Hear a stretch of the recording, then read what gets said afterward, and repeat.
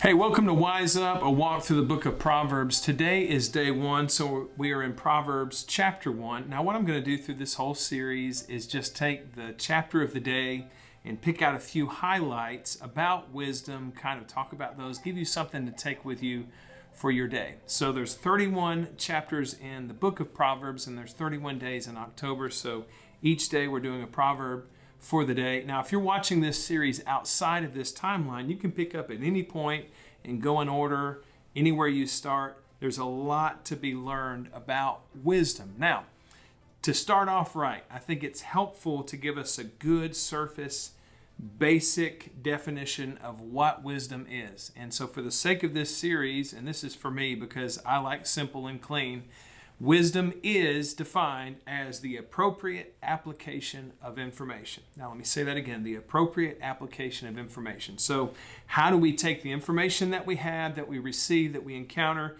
how do we apply it appropriately? Now, if you were a Christ follower or someone who's even interested, the Bible has a lot to say about wisdom, about making wise choices, and God wants all of us to live wise lives. And so there was a wise king named Solomon who compiled the book of Proverbs and wrote a lot of them. And this is what he started off with in chapter 1. It says, "These are the Proverbs of Solomon, David's son, king of Israel. Their purpose is to teach people wisdom and discipline, to help them understand the insights of the wise. Their purpose is to teach people to live disciplined and successful lives, to help them do what is right, just, and fair." Now, I think that applies to every person I've ever met, ever. They all want to live right, just, and fair lives, a life that's marked by doing good things, doing things well, making wise decisions. And I think it's so important for me as a parent, and if you're a parent, you can relate to this. I want my kids to know how to make wise decisions, right? As a parent, I'm so concerned. I look at my 3 kids and I go, the world that they're going into, Dad can't always be there. I mean, even if I could, it's still my job to equip them to be able to one day walk out and make decisions on their own. Now, it's not a light switch. It doesn't just happen where we go, bad decision, good decision. It actually happens over a series of good decisions and moving in the right direction that we learn how to take the information that we have and apply it appropriately. Now, listen to this. This is the key verse in all of the book of Proverbs, and we'll refer back to this multiple times throughout this series, and it's Proverbs chapter 1, verse 7. It says, "Fear of the Lord is the foundation of true knowledge, but fools despise wisdom and discipline." Now, let that sink in for a second.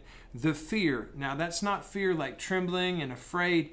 There's a healthy fear that comes with reverence and respect. Now, where I live, there's a military complex close by, and if you were to approach the gate, you'd be stopped by military guards, and they're trained, and they have weapons, and they have authority, and they're on a military complex. There's fences with barbed wire, and so there's a healthy and appropriate fear that comes with that because I recognize a reverence and a respect for the authority and the power that's there.